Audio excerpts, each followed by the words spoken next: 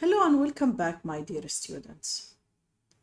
So in our lesson of today, we are diving into vector-valued functions. Functions that don't just give you a number, but a vector in space. You will see how they describe motion, curves, and paths, everything from the flight of a drone to the orbit of a planet. So you need just to get ready to move from a single variable function to functions that bring motions and geometry together. So let's get started. So our lesson of today is just part of chapter 11. So we're done with chapter 10. Now we'll move to chapter 11. In chapter 11, I'm going just to cover only two sections with you. Okay, so basically I'm going to cover only 11.1, 11.2 according to our Calculus 2 syllabus. In 11.1, as I said, we cover the vector-valued function. So let's see the idea behind the vector-valued function. It's one of the very important idea that we use in applications. So the idea is what? Let's say that you have any object is moving and you need to track its movement, the path of that movement. If you have an aeroplane, if you have a drone, if you have a planet, anything. The idea here is just to track. Remember, these questions usually, or these applications, they are changing with respect to time. So I'll think about creating some position vectors. Okay, remember position vector, we start from the origin. So these position vectors, they describe the location for that object as the time changes. So let's say at the first, at T1, let's say the location was here. At T2, it moves to there. T3 moves there. T4 moves there. So the path that is created by these points, okay, if we join them with a curve, this is what we call the vector-valued function. And this is really helpful in tracking movement. Now, how do we define this function? So I'm saying it's a function, and in V3, in the three-dimensional space, the definition of the function looks something like this. So it's a mapping, okay? We're gonna call it R of t. So it's a mapping from its domain in real numbers. So the domain is basically the set of real numbers.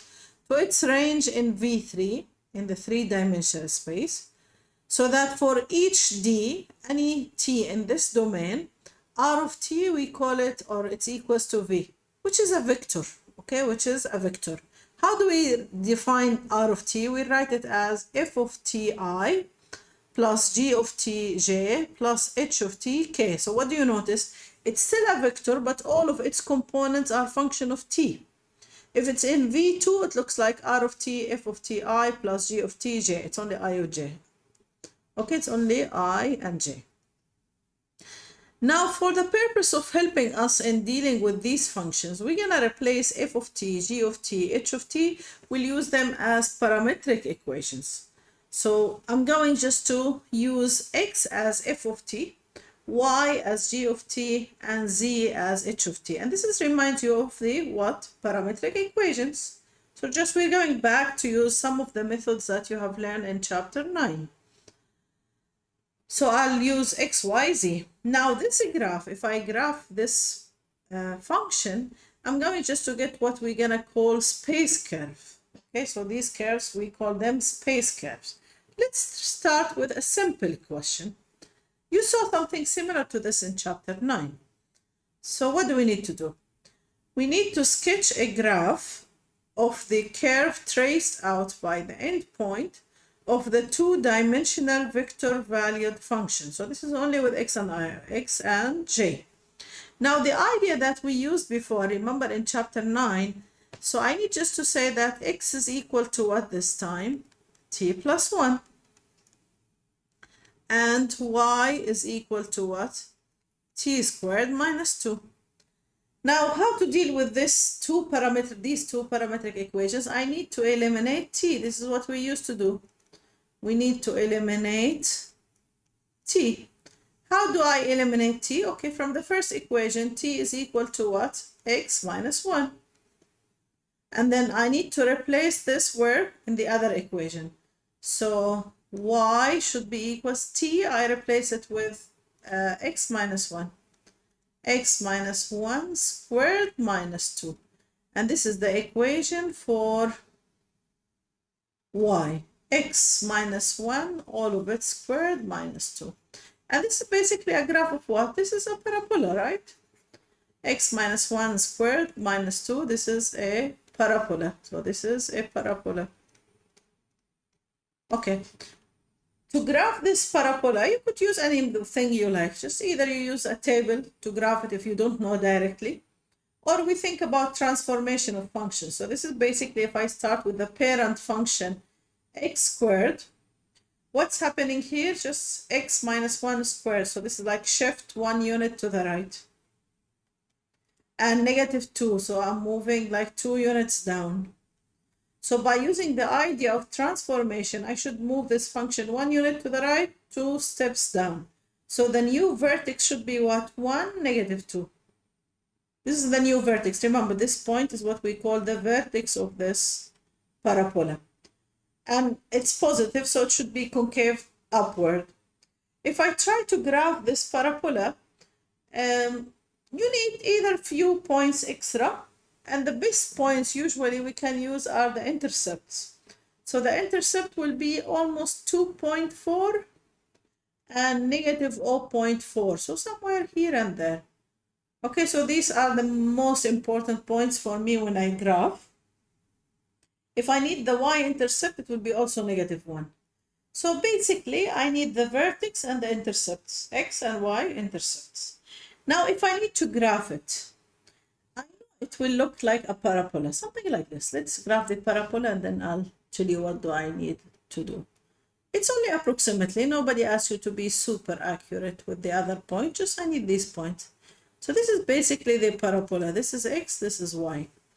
Now, there's one thing left always. When we describe motion, we need always to know what did we call it? The orientation. We need to know the orientation. How does the curve moving? How does the path moving? The object. So I need to know the orientation. So the orientation here, the easiest way to see the orientation is just by only looking at two values. What's happening as t increases?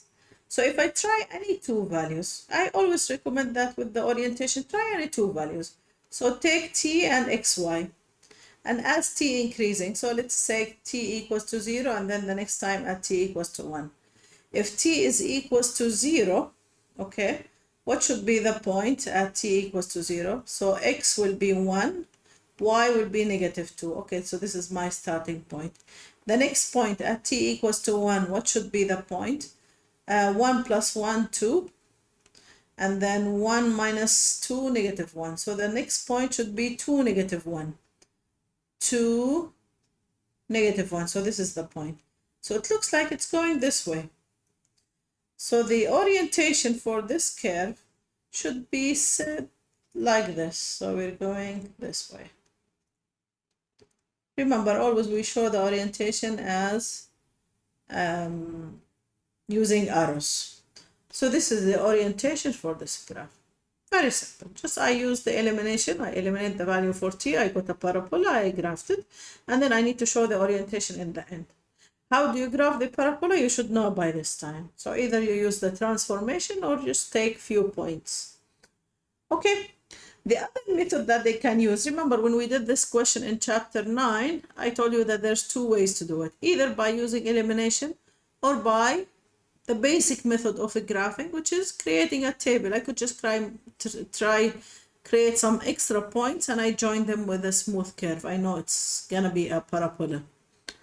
Now the other way that it's represented here, just as I said, it's still they are using some points, which is a table basically.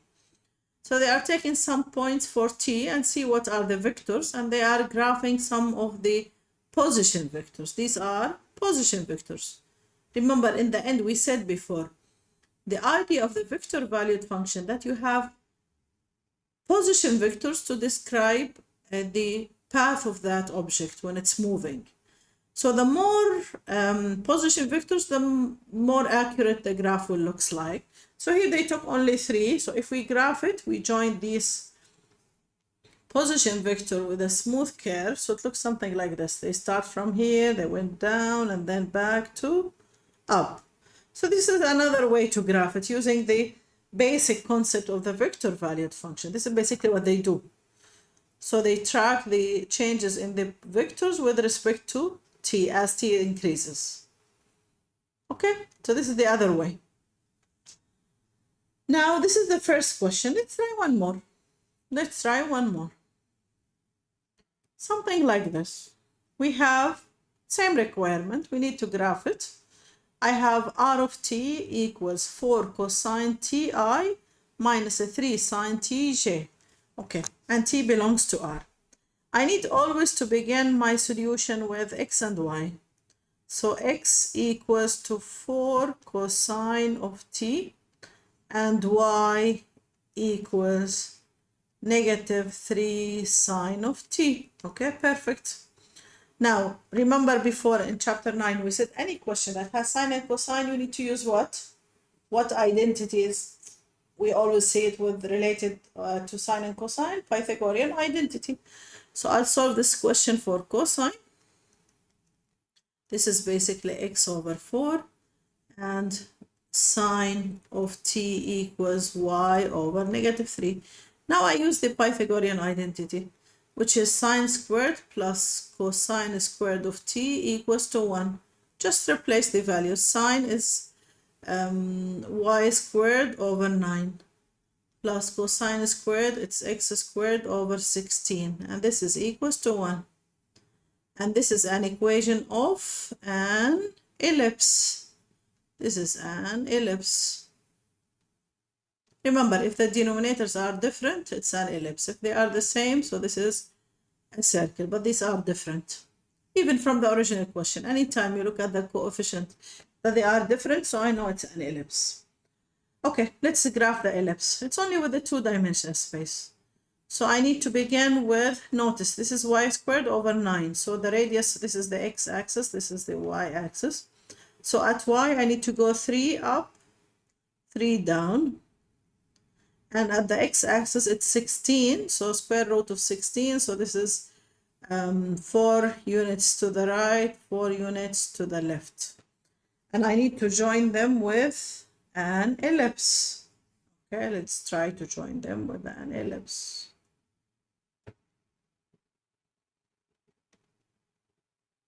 So this point is basically negative 3.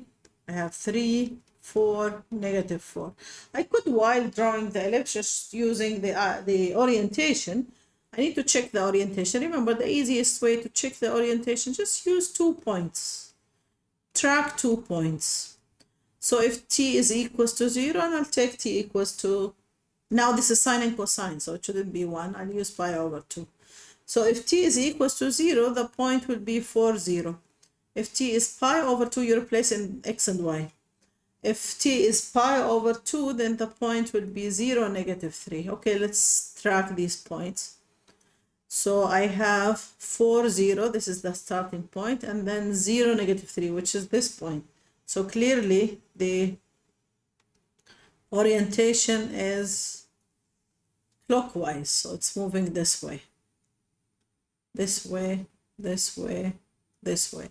So we can say that the orientation is clockwise.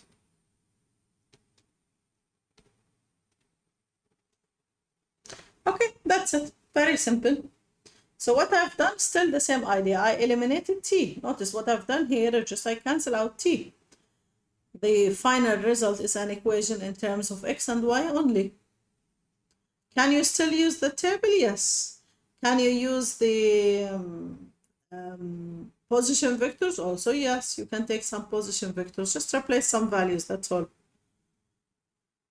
Okay, now the next graph, you see the first one was only with a parabola, only like polynomials. The original function has polynomials. This one with sine and cosine, most of the time it gives you either an ellipse or a circle. Now the next interesting vector valued function curve is what we call the elliptical helix. Firstly, before we start graphing the helix, I need to just first to recognize the helix from the equation before graphing. What does the equation of the helix looks like? It's supposed to be in V3, and you have two components as sine and cosine, and the third component should be the multiple of t. So like 2t, 3t, minus 5t, any multiple of t. The helix basically looks like what? The idea in general. So the idea in general, we have the first two components, not necessarily the first two, but I mean the two components with sine and cosine. They usually create either a circle or an ellipse. If we think about it in the three-dimensional space, so I think about a cylinder. Think about like imaginary cylinder that you have it. So I have, let's say, an imaginary cylinder. And the helix, as t increases, okay, so this is like a hollow cylinder. So as t increases, this one will be like a spiral curve wrapping itself around this cylinder. Okay, so it looks, imagine that there's a spiral that it wraps itself around the cylinder. Sometimes the orientation could be clockwise or anti-clockwise. It depends. We need to check. Okay, so this is the idea in general. Now, where does this helix goes along which axis? Always we graph it along the odd one. Remember the rule as before? We always have the axis of graphing. It's always along the different one. So two of them trig functions. The third one is the different one. So I graph it this time for this specific question. The graph will be along the z-axis. So the graph will be along the z-axis in this case. If the 2t is at I, so it will be graphed along the x-axis. So we'll have it look something like this around the x-axis. Okay, this is if I have the 2t at I. Same thing applies if I have it at j, same idea. So we always graph along the odd one, the different one, the multiple of t. Now, how do we start with this graph? I need first to work in two-dimensional space, okay? I'll think about in two-dimensional space and then I'll see what do I get. So if I think about it in two-dimensional space and V2 in the two-dimensional space, what do I have? I'll have only sine of ti plus or minus 3 cosine of tj. And this is basically, if I look at it as x equals, so I'll take the function only for two-dimensional space. So x equals to sine of t and y equals to negative 3 cosine of t. If I use the same idea like the Pythagorean identity, so it will give me x squared plus y squared over 9 equals to 1. And this is an ellipse. This is an ellipse. So this is our starting point, the ellipse. So let's try to graph this ellipse. So what do I have the point? At x, it's 1, negative 1. So I'll take negative 1, 1. And at y, it's 3, negative 3. So this is the first part that we start with. Notice here that t is greater than 0. So everything above the positive part of the z-axis, it's always positive. Now this is the ellipse. If I think about the orientation, as before, remember, for the orientation you need always 2 points. So let's try just to create a small table with points. So I'll take t, now I'll take them all, okay, or x, y, z. But I'll look at xy for now. So at x, at t equals to 0, so think about x at z now equals to what in this question? Z equals to 2t, where t greater than or equals to 0. Okay. So if t is equals to 0, the x will be equals to 0. At t0, y will be equals to negative 3. and z will be equals to 2, 0, this is 0. The second point, let's take pi over 2. So at pi over 2, the x will be 1, while y will be 0, and z should be equals to pi. So if I think about the orientation, just basically look at what's happening here. So I'll start from x is 0, y negative 3, 0. So this is the starting point. And then if I think about only one x and y, and then 1, 0, which is this point. So clearly we're moving this way. So there's a good indication that we're moving counterclockwise. Even if I consider the third point, I'll move counterclockwise. Okay, this is just as a beginning. Now, how do I do the graph? The easiest way for these questions, we know that I'll graph the cylinder or the hollow cylinder above or the positive part of the z-axis. So let's think that you have, try just to draw an imaginary cylinder around, I'll use the dashed lines better. So I'll do it around the z-axis, something like this. I'll try just to make it parallel or similar size like the lower one. And this is, let's say, the cylinder that I'm talking about. Let's make this a bit bigger. Okay, and now I'll drop this point. So this is the cylinder, approximately. Now we need to do what? We need to have the spiral wrap itself around this cylinder. So basically the graph is a hollow, there's nothing. It's only a spiral that wraps itself around the cylinder. So something like this. It goes up to infinity, by the way, but we're showing just part of this graph.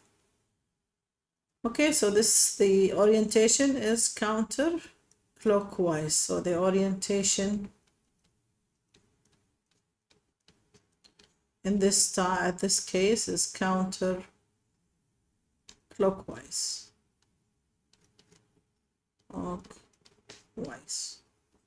Okay, so this is the helix.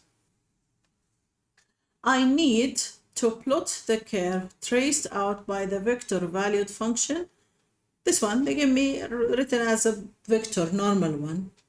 So this one looks like what? If I think about the three components, so x is 3 plus 2t, y equals 5 minus 3t, and z equals 2 minus 4t. This should remind you of equation of the line. This is the line equation. Remember in chapter 10 we did this. This is basically the line equation. This is the parametric equations for the line. Now, what did we learn about the line in general? What do we need for any line when we graph the line? If you go back a little bit to chapter 10, you will know that we need what? For graphing a line, we need a point and we need a parallel vector, parallel position vector. This is usually how do we graph any line. So I need a point. Usually how do we get the point? From the constant terms. So the point should be 3, 5, 2. And I need the parallel vector. From where do we get the vector? The coefficient of t. So the vector should be 2, -3, -4. Okay, these are what we need. Now, if I need to graph it, let's try. So I need to show the point. Okay, I'll start with the point. And then the line will be passing by this point and parallel to this vector. Okay, or maybe let's start with the position vector. So I need for the position vector x to be equals to 2. Okay, that's 2. I'll move to x. This is 2. And then I'll stop. Y, I need to go 3 steps down. So 3 steps down with y. And then, sorry, this is with y. So I need 3 steps with y. So it's that side. and then I need 4 steps down with z. So I'll move 4 steps down. It's just like only approximately. So let's say this point is here. So as you see, just we started with x2 points, and then 3 to the left and y, and then we went down 4 units. So let's say approximately this is the point. This is the position vector. So let's graph the position vector. So it should be something like this.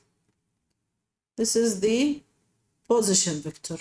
And I need the point in order to graph a line passing through this point and parallel to this position vector. Now the points looks like what? I need the point as 3, 5, 2. So it's a 3 in x. So this is a 3 in x, 1, 2, 3, let's say here. And then I need 5 units in y. So we'll go in y, 5 units, let's say, assume it's somewhere here. And then I need to move 2 units upward. So if I move 2 units upward in z, let's say it's somewhere here. Just only try just to get the points approximately. So this is a 3. I'll move to the right 5 units and then up 2 units. Okay. Now this is approximately the point that we're having. Now I need to do what? I need to draw a line passing through this point, and it should be parallel to the position vector. So let's try just to do our best fit. So I need it to be parallel to this line and passing through this point. Let's say something like, I need it closer to the point. So let's do it dashed first. So let's say this is the line. Okay, so approximately this is the line. Okay, let's call it L. So I had it as what? Parallel to the position vector, and this is the point. So this is a bit tricky way. Just to graph the line in the 3-dimensional space, you need what? A point and a parallel vector. So I have the parallel vector, I have the point, and I need to use, if you have a ruler, you can make it more accurate. So you can just graph a line passing through this point and parallel to the position vector. Okay, now we have only one part left from this section, which is about these curves that we're graphing. We need to find their arc length. Okay, so I need to know the length for that curve. Just how do we find the length? What we need to do is just only follow this formula. Okay, no need just to go through the proof for this. So the length for, or the arc length, should be equals to what? If it's in V2 only, I have in F and G. So this one will be equals to square root F prime squared plus G prime squared. And we take the given interval here, T is changing from A to B. Okay, this is S if I have it only in V2. If I need it in 3D, in R3, so you do the same thing. So you have now F prime, G prime, H prime. All of them squared, there's addition in between under the square root. So let's try to do one example and then we're done for 11.1. Something like this. You need to find the arc length of the curve traced out by the endpoint of the vector valued function. They give you the function r of t, 2t ln t, t squared, for t between 1 and e. I need to prepare to solve this question, okay? I need some preparation. So what do I need to do as preparation? I need to find what's f of t is given. So f of t is basically what? The first component, 2t. And I know what's gt. G of t is ln of t. And h of t is t squared. I need their derivatives, all of them. So I need to find what's f prime of t. And this is equals to 2. I need g prime of t. And this is 1 over t. And I need h prime of t. Very simple. And this is 2t. Now let's try to apply the formula. This is equals to what? The integration, the interval from 1 to e, square root Now what do I have? F prime squared. Okay, we need F prime squared. So this is 4 plus G prime squared. So this is 1 over T squared plus H prime squared. So this is 4T squared. All of this is dt. Now, how do I find the integration for this, all of this under the square root? I need just to try to combine these three. Just add them. What's the LCD in this case? The LCD is t squared. Okay, so this is equals to what? Let's combine them. So this is 1 over e radical dt. Let's combine them. The denominator will be t squared, which is the LCD. Numerator, it needs t squared. So this is 4t squared plus 1 plus 4t to the power of 4. Now, how to deal with this? If you look carefully at the numerator, okay, the numerator is basically perfect square. This equation is what? Let's write it down there, just to know that this equation is basically 4t to the power of 4 plus 4t squared plus 1. If I factorize this, so this is clearly will be equals to what? 2t squared plus 1, all of it squared. Okay, this is perfect square. Now let's try to plug this over there. So this is equals to what? The integration from 1 to e square root of 2t squared plus 1, all of it squared over t squared dt. Now just take, let the square root cancel out these squares. No need for the absolute value as t is positive. So this is equals to what? The integration from 1 to e. Now what do I have? If I get rid of these squares, you have only 2t squares plus 1 over t. You can split this as what? 2t plus 1 over t. Okay, let's split them. So this is now 2t plus 1t dt. Now you can easily find this integration. This is equals to what? The first term is t squared. The second one is ln of t, right? And then we do the substitution from 1 to e. 1 to e. If you do the calculation, this one will be equals to e squared. So the length of this arc length is equal to e squared. Okay, and this is the last thing we have for section 11.1. As you notice, it's really interesting section. You can think about the idea of using the position vectors to track the path of any object as really useful method. We can always try the best fit, the best function that can describe all of these points coming from the origin. We try just to graph different styles of vector valued function. We saw an interesting one, which we usually call it the elliptical helix. How does it looks like? And then finally, I covered with you the arc length in r squared and r cubed. Hopefully you enjoyed this section, and I'll meet you next time at section 11.2 about the calculus of vector valued function.